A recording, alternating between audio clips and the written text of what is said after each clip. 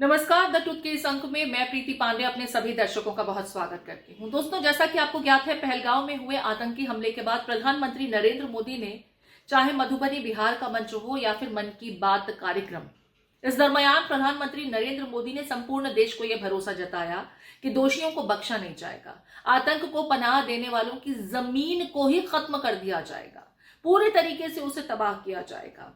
ये यकीन 140 करोड़ भारतीयों को प्रधानमंत्री नरेंद्र मोदी ने दिलाया। लेकिन पहलगांव मामले को लेकर के लगातार हो रही कवायद के बीच सियासत भी अब तेज हो गई है। पहले तमाम पार्टियां सरकार के समर्थन की, सरकार को सपोर्ट देने की बात करती नजर आई।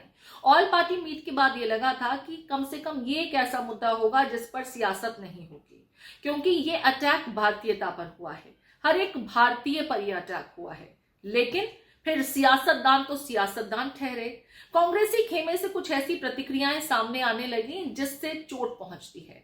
रॉबर्ट वाड्रा जहां कहते हैं कि क्योंकि भारत में मुसलमानों को लेकर के एक ऐसा माहौल बना दिया गया है, यही वजह है कि हिंदुओं को चुन चुन करके मारा गया। इसका सीधा दोषारोपण उन्होंने सरकार पर किया, लेकिन बाद में अपने बयान से वो यू टर्न लेते नजर आए और उन्होंने कहा कि उनके बयान को तोड़ मरोड़ करके पेश किया गया है, उसके गलत मायने निकाले गए। अभी यह मामला शांत भी नहीं हुआ था कि कर्नाटक के मुख्यमंत्री सिद्धारमैया साहब ने तो सीधे सीधे इसे इंटेलिजेंस फेलियर करार दिया और उनकी माने तो युद्ध कोई समस्या का समाधान नहीं है, युद्ध नहीं होना चाहिए। हमें करना क्या चाहिए? हमें अपने इंटेलिजेंस को मजबूत करना चाहिए और दोबारा इस तरह के हमले ना हो, इसे इंश्योर करना चाहिए। मतलब हमारे देश के 28 लोगों को मौत के घाट उतार दिया जाता है, लेकिन हमें कुछ नहीं करना चाहिए। हमें करना क्या चाहिए? हमें अपना इंटेलिजेंस मजबूत कर लेना चाहिए, ताकि अगर दोबारा भविष्य में कोई इस तरह की घटना को अंजाम दे तो हम उसे समय रहते रोक सकें, पकड़ लें और इस तरह की कार्रवाई करें। फिलहाल हम शांति का ही संदेश देते रहें, क्योंकि हम तो शांति प्रिय लोग हैं। शांति का ही पाठ पढ़ाते हैं, शांति का ही संदेश देते हैं। कोई भी आए, हमें थप्पड़ बजाए, हमें मारे पीटे और हम खामोश रहें और शांति का ही पाठ पढ़ते रहें। ये सिद्धारमैया साहब के स्टेटमेंट थे। इसके मायने मैं अपने हिसाब से यूं ही निकालती हूं। अब उनके इस स्टेटमेंट के बाद तो सियासत होनी ही थी। बीजेपी के खेमे से प्रतिक्रियाएं आनी शुरू हुई, लेकिन ये प्रतिक्रियाएं क्या यहीं रुकी? इसके बारे में मैं बात करूंगी। कांग्रेसी खेमे से एक नेता शशि थरूर, जिन्होंने सरकार के सपोर्ट में बातें कही, ये बातें भी कांग्रेसी खेमे को पसंद नहीं आई। शशि थरूर साहब कहते हैं कि कोई भी मुल्क 100% इंटेलिजेंस इनपुट के साथ काम नहीं कर सकता। ये पॉसिबल ही नहीं है कि आपकी जो इंटेलिजेंस इनपुट हो वो 100% हो, एक्यूरेट हो, मतलब इतने एक्यूरेट हो कि कब कहां क्या होने वाला है वो आपको सब कुछ पहले से सटीक पता हो। इजराइल जैसा इंटेलिजेंस सिस्टम जिस देश के पास है, उस पर भी जब अटैक हुआ तो वो उसे पूरी तरीके से रोक नहीं पाया। ये बात अलग है कि बाद में वो जवाब देता रहा। ये एक दलील उन्होंने दी थी, लेकिन कांग्रेसी खेमे को ये दलील पसंद नहीं आई। पहले जरा सुनिए शशि थरूर ने क्या कहा, और पाकिस्तान को लेकर के जो उन्होंने बातें कही, बीजेपी की खेमे को लेकर के जिस तरीके से वो बातें रख रहे थे, कुछ लोगों को वो पसंद नहीं आई। उन्हें बीजेपी का प्रवक्ता कह दिया गया। Look, as far as intelligence failure is concerned, it's obvious that there was not foolproof intelligence. Obviously, there was some failure, but the question is whether the inevitable investigation that is required should be the priority now, or whether a credible response should be the priority now. In due course, there will have to be an investigation by the government, because it's the government's own responsibility to fix accountability and figure out what happened. And I hope they will do so. But we've got the example of Israel. October 7th, the world's best intelligence services, according to everybody, were taken by surprise on October 7th just 2 years ago. And my own view very clearly is that it seems to me that just as the Israelis are waiting till the end of the war before they demand accountability and answers, similarly, we too should first see the present crisis through, and then definitely there should be an accounting. But I don't expect at any time now or in the future that any country will ever have 100% foolproof intelligence. Sometimes you succeed, sometimes you don't. We'll never know about the various terror attacks that were successfully thwarted. We only know about the ones we failed to thwart. That is normal in any kind of relationship. I do agree that there were failures, but I do not agree right now that should be the main focus. Main focus should be the outrageous crimes committed against innocent Indian tourists, the damage that is sought to be wrought to the economy of Kashmir in order to increase discontent in Kashmir, the damage being done to communal relations even within India by their kind of inflammatory communal rhetoric when the general in charge of the Pakistan army says Hindus and Muslims can never live together. What is the message he wants to send? This is disgraceful, contemptible language, and we must stand up firmly and unitedly against it. To my mind, all of India is united in wanting to give a fitting response to the Pakistanis. Shashi Tharoor ने एक तरफ जहां intelligence input 100% नहीं हो सकता, इस चीज को माना, वो ये समझ रहे हैं, प्रैक्टिकल बात कर रहे हैं, वहीं दूसरी तरफ पाकिस्तान की तरफ से जो गीदड़ भक्तियां दी जा रही हैं और ये कहा गया कि दरिया में खून बहेगा भारतीयों का, उन्होंने जवाब दिया कि देखिए पहले तो युद्ध में आप हमसे जीत नहीं सकते, लेकिन अगर युद्ध जैसी स्थिति होती है और खून बहता है तो इंडियन से ज्यादा किसी का बहेगा तो वो पाकिस्तान का होगा, ये पाकिस्तान को समझ लेना चाहिए। जरा सुनिए शशि थरूर साहब के स्टेटमेंट को भी। Look, there is all this inflammatory rhetoric. The Pakistanis have to understand that they cannot kill Indians with impunity. It's as simple a message as that. You want to leave your life in peace, we will not bother you, we will leave you in peace. We have no designs on Pakistan. We don't want to do anything to the Pakistanis ourselves, but if you do something to us, then be prepared for a response. I think that message is very clear. They can say what they like, and if blood is going to flow, I'm sorry to say it will flow possibly more on their side than on ours.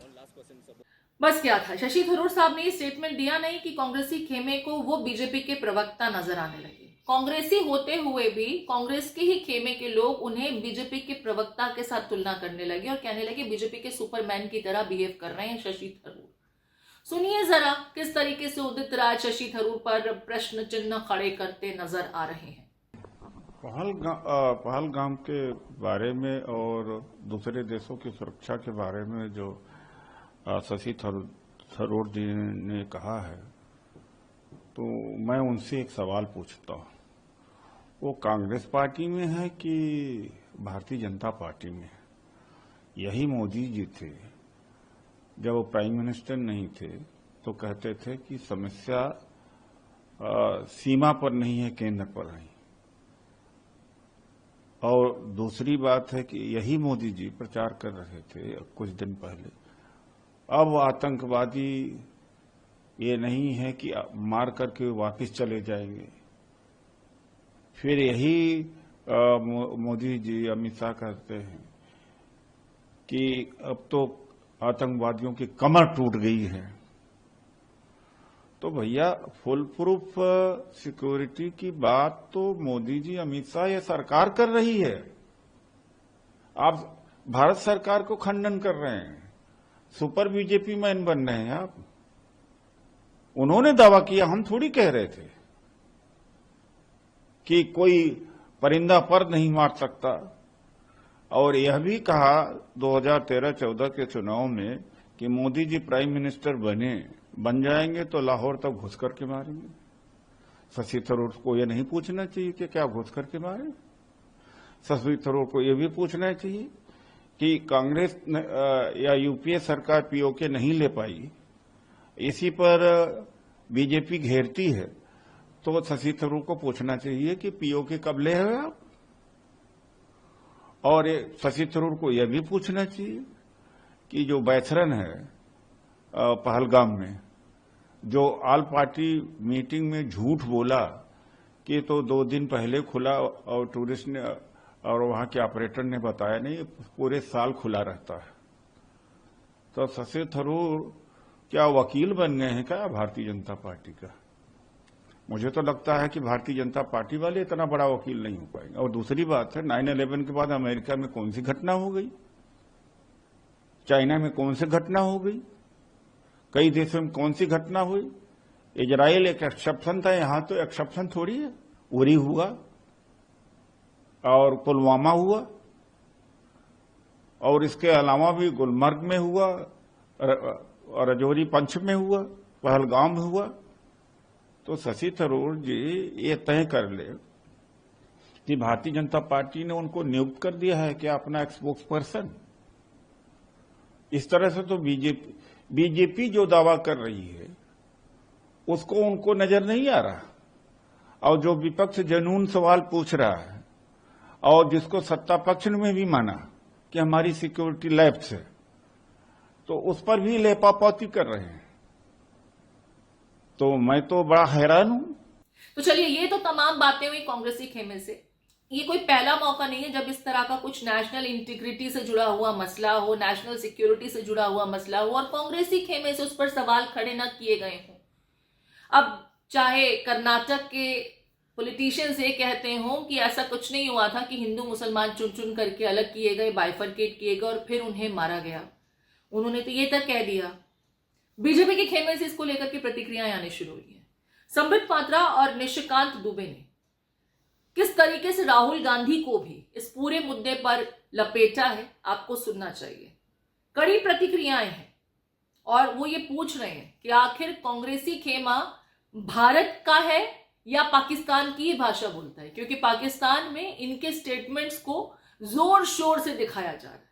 जरा सुनिए संबित पात्रा और निशिकांत दुबे इस मामले में क्या कुछ कह रहे हैं। हुआ है 28 भारतीयों ने अपनी कीमती जिंदगी खोई है। पूरा भारतवर्ष आज स्तब्ध है। पूरा भारतवर्ष और भारत से बाहर पूरा विश्व भी आज दुखी है, गम मना रहा है। ऐसे में हमारे प्रधानमंत्री नरेंद्र मोदी जी ने बार बार कहा है बदला लिया जाएगा। कल्पना से बाहर जो आतंकियों ने सोचा नहीं होगा, जो पाकिस्तान ने सोचा नहीं होगा, उस प्रकार का बदला लिया जाएगा। ऑल पार्टी मीटिंग भी बुलाई गई। सभी से अपील किया गया कि एक साथ मिलकर चलना है, मगर कांग्रेसियों ने फिर से अपनी फितरत दिखाई है। कांग्रेस के तमाम बड़े नेता जिस प्रकार का बयान दे रहे हैं, वो देश के आर्मी के, वो देश की जनता के और देश की सरकार के मनोबल को गिराने का प्रचंड प्रयास कर रहे हैं। किस प्रकार से पाकिस्तान का मनोबल बढ़े और किस प्रकार से भारत का मनोबल गिरे, सिद्धरमैया जी के बयान को देख लीजिए। सिद्धरमैया जी कोई छोटे नेता नहीं है कांग्रेस पार्टी के। कांग्रेस पार्टी से मुख्यमंत्री हैं कर्नाटक के, और वो कहते हैं कि युद्ध की आवश्यकता नहीं है, पाकिस्तान के ऊपर कोई हमला नहीं होना चाहिए। क्यों? आप पाकिस्तान और आतंकियों के समर्थक क्यों बने हुए हैं? क्यों बने हुए हैं आप आतंकियों के समर्थक? जिन आतंकियों ने हमारे निर्दोष भाई बहनों को मारा, आप उस पाकिस्तान के साथ खड़े हो गए हैं, उस पाकिस्तान के हमदर्द बन गए हैं, उसके पक्ष में बोल रहे हैं। धिक्कार है ऐसे सिद्धरमैया जी के ऊपर, इस प्रकार के बयान के ऊपर। यह बयान देशद्रोही बयान है। और न केवल सिद्धरमैया जी के ही कैबिनेट में उनके खास और गांधी परिवार के खास माने जाने वाले आरबी तिम्मापुर, जो उनके एक्साइज मिनिस्टर हैं, उन्होंने तो यह भी कह दिया है कि धर्म के आधार पर आतंकियों ने गोली नहीं चलाई। कोई धर्म नहीं पूछा, मजहब नहीं पूछा, जैसे कि वो वहां मौजूद थे, जैसे कि पहलगाम में वो मौजूद थे। और कह रहे हैं कि जो बहन कह रही है कि मेरे पति से धर्म पूछा गया और जब मैंने कहा कि वो हिंदू हैं और उनको गोली मार दिया गया, शायद उनका मेंटल फॉगिंग हो गया है, वो विस्मृत कर गई है, उनको याद नहीं है। क्यों? आतंकियों को बचाने के लिए आप हिंदुस्तानियों को झूठा बता रहे हैं, उनके परिवारजनों का खिलवाड़ और मखौल उड़ा रहे हैं। ये है कांग्रेस के नेता, ये है सिद्धरमैया और तिम्मापुर। इन दोनों को कांग्रेस पार्टी को बर्खास्त करना चाहिए तुरंत, कि अगर तुम पाकिस्तान के पिट्ठू हो तो पाकिस्तान के लिए बोलो और बर्खास्त हो हिंदुस्तान से। मगर कांग्रेस पार्टी ऐसा कुछ नहीं करेगी, क्योंकि यही कांग्रेस पार्टी। मैंने कहा ना, सिद्धरमैया देशभक्त है कि देशद्रोही, ये पता करना चाहिए लोगों। सर, राहुल गांधी का क्या इससे मानना है? अगर आपको पूछना चाहेंगे राहुल गांधी से कि क्या उनका समर्थन है इस स्टेटमेंट के? मुझे राहुल गांधी से आवश्यकता नहीं है। मुझे अपने प्रधानमंत्री पर विश्वास है, अपने गृह मंत्री पर विश्वास है, अपने रक्षा मंत्री पर विश्वास है। प्रधानमंत्री ने यदि कहा है कि आतंकवादियों को मिट्टी में मिला देंगे तो आतंकवाद मिट्टी में मिल जाए। सर, आपका एक ट्वीट भी था कि पाकिस्तानी लड़कियां यहाँ शादी करती हैं, रहती है, कि उसकी जिम्मेदारी कौन? क्या ये फैक्ट नहीं है? अभी आपने बाघा बॉर्डर पर नहीं देखा, अटारी बॉर्डर पर नहीं देखा? पाकिस्तानी लड़कियां भी रहती हैं और पाकिस्तानी लड़के भी आते हैं शादी करने, दोनों चीजें, और उनकी संख्या 5 लाख से ऊपर है। आने तो दीजिए। इससे कहीं कोई दोस्तों शको शुबा नहीं है कि पहलगाम में हुआ आतंकी हमला एक इंटेलिजेंस फेलियर का मामला भी है। लेकिन ये हर कोई जानता है कि पाकिस्तान की जमीन से आतंकवाद को प्रायोजित किया जाता रहा है। भारत समय समय पर टैक्टफुली इस तरह के हमलों से बचने की कोशिश भी करता और पाकिस्तान को मुंहतोड़ जवाब भी देता रहा है। फिर चाहे 26/11 का हमला हो, जिसको लेकर के आज भी कवायद जारी है, करगिल वार हो जिसमें पाकिस्तान को धूल चटाई गई थी, और ऐसे ही कई अन्य किस्से पूर्व में रहे हैं। लेकिन जब बात देश की सुरक्षा से जुड़े हुए मुद्दों की आती है, उस पर भी सियासत करना क्या ठीक लगता है? वो भी तब जबकि पूरा समूचा विश्व इस समय इस ओर टकटकी लगाकर देख रहा है कि क्या यहां भी भारत और पाकिस्तान के बीच एक युद्ध की शुरुआत होने जा रही है। भारत की तरफ से क्या कुछ कार्रवाई की जाएगी? हर कोई बहुत ध्यान के साथ इस मुद्दे पर फोकस जमाए हुए हैं। ऐसे में अपने ही देश के नेता अपनी ही देश की सरकार को सवालों के दायरे में खड़ा करके दूसरे लोगों का, बल्कि मैं कहूं कि दुश्मनों की तरफ से बैटिंग करते जब नजर आते हैं, तो फिर जाहिर है कि उनकी भर्त्सना होनी चाहिए। आप इस पूरे मुद्दे को किस तरीके से देखते हैं? और ये जो सियासत हो रही है, क्या इस वक्त जब सबको एकजुट होना चाहिए था, एकजुटता के बड़े बड़े दम भरे जा रहे थे, सपोर्ट की बातें हो रही थी, और फिर ये सियासी शब्द जो शुरू हो जाते हैं, सियासी बाण जो चलने लगते हैं, आप उसे किस तरीके से देखते हैं? आपके कमेंट्स का इंतजार रहेगा।